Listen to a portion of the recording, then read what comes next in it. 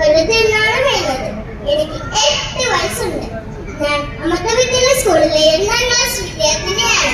എന്റെ വാപ്പയുടെ പേര് റിയാസ്, എന്റെ ഉമ്മയുടെ പേര് സജീന, എനിക്ക് ഒരു കുഞ്ഞനുജനുണ്ട്. അവന്റെ പേര് എസിസ. അവൻ അംഗൻവാടിയിലാണ് പഠിക്കുന്നത്. എന്റെ വിനോദങ്ങൾ TV കാണുക, ഡാൻസ് കളിക്കുക, അനിയനായിട്ട് അടിവിടുക, ഇതൊക്കെയാണ് എന്റെ വിനോദങ്ങൾ. എനിക്ക് സിനിമയിൽ കയറാൻ വലിയ ആഗ്രഹമുണ്ട്. അതിന് നിങ്ങളുടെ സപ്പോർട്ട് ഉണ്ടാവണം. നന്ദി.